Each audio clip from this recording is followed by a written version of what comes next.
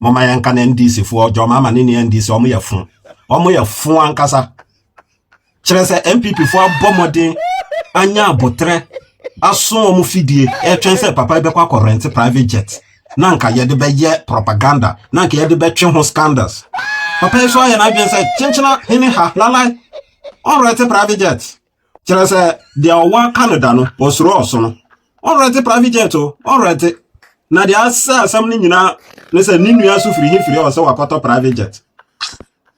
bregu onye se wakoto private jet obi asoma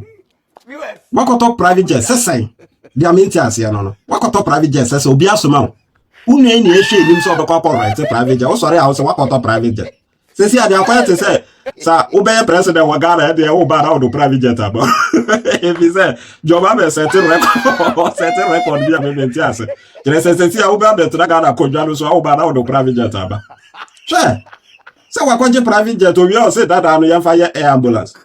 obi asoma ye ka kire o se ye pe air ambulance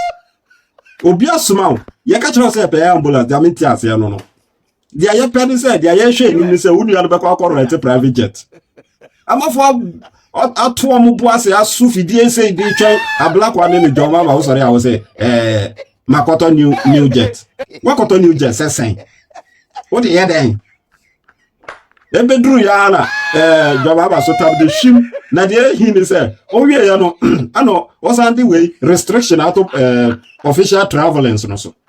enti se si ano sa wo betu kwa ni bia jese wa wo ko twa ticket jese wa wo fa oka na we minority obe de di wechi akọ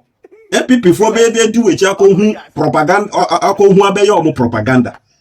o yo the restriction atoso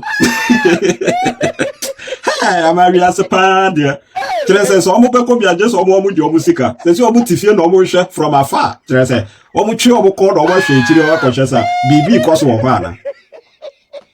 NDC for your phone no Dramani no na record dey one e kwa set kire se si ade wo be di president I just out of private jet ba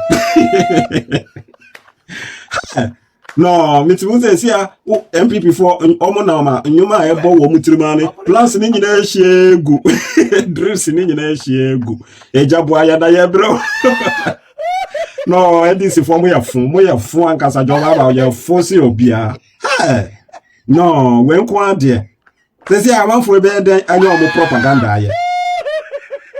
yes sufidie se ubekwa ko high private jet na yemfa di enkomo yemfa ye propaganda no wo sori ya sesi a de wanya new jet wa utimi nka wanya new jet private jet yeso aye to be fire propaganda asembe kurani oh no NDC no dia mudi ya MPP for enya baako enya bregu opani no mo be ma mo ni ada ho enya sam de am beje mo dan niama wo